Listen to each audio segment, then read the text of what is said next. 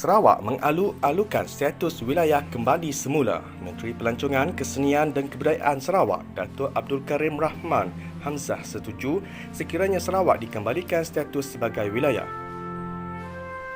Menurut beliau, pandangan Perdana Menteri Tan Sri Muhyiddin Yassin untuk mengembalikan status Sabah dan Sarawak daripada negeri kepada wilayah sangat dialu-alukan seperti yang termaktub di bawah Perjanjian Malaysia 1963 ataupun MA 63.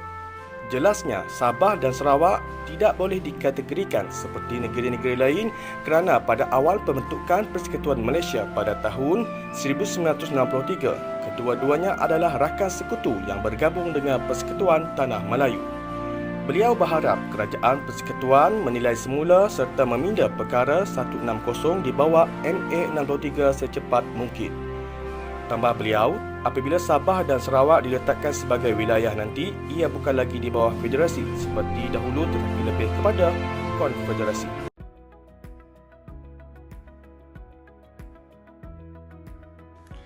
Assalamualaikum dan salam sejahtera diucapkan kepada rakan-rakan. Pada hari ini, saya Nur Umira binti Azizan, nombor metrik 270131 akan mengupas berkaitan isu wilayah Sabah, wilayah Sarawak, pertukaran terma panggilan Sabah dan Sarawak serta-merta.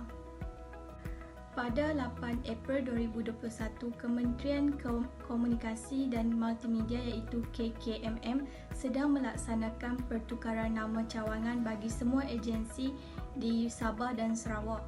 Sumber KKMM berkata pelaksanaan itu dilakukan susulan keputusan dan arahan yang diperolehi pada mesyuarat Kabinet selepas Perdana Menteri kita iaitu Tan Sri Muhyiddin Yassin mengumumkan panggilan untuk Sabah dan Sarawak yang sebelumnya disebut sebagai negeri ditukar kepada wilayah pada serta-merta. Langkah sedang atau bakal dijalankan KKMM berhubung pertukaran panggilan untuk Sabah dan Sarawak melalui istilah baharu. Wilayah Sabah dan Sarawak akan digunakan dalam laporan berita termasuk di stesen televisyen kerajaan dan semua pihak yang berkaitan. Seterusnya, antara sebab pertukaran kepada terma panggilan negeri Sabah dan Sarawak kepada wilayah Sabah dan Sarawak, menurut Perdana Menteri Tan Sri Muhyiddin Yassin memaklumkan pertukaran terbabit adalah bagi memisahkan Sabah dan Sarawak daripada panggilan negeri yang digunakan kepada negeri lain di Malaysia. Menurut beliau, panggilan wilayah itu akan digunakan kerana Sabah dan Sarawak adalah kawasan hebat, malah tidak boleh dianggap negeri kerana besar walaupun penduduknya tidak ramai. Sabah dan Sarawak memiliki kesatuan dalam kepelbagaian tanpa mengira bangsa dan latar belakang, sekaligus menjadi contoh kepada Malaysia daripada aspek kemampuan menegakkan perpaduan utuh.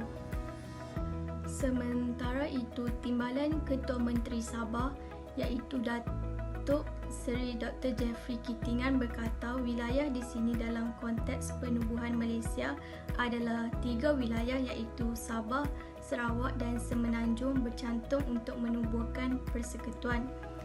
Ia sebagai suatu istilah untuk membezakan Sabah dan Sarawak daripada negeri-negeri di Semenanjung, sebab sekarang kita tidak lagi bercakap tentang negeri Sabah dan negeri Sarawak tetapi kita bercakap tentang perkongsian sama taraf dengan Semenanjung iaitu Sabah dan Sarawak setaraf, bererti 3 wilayah ini merupakan entiti yang sama.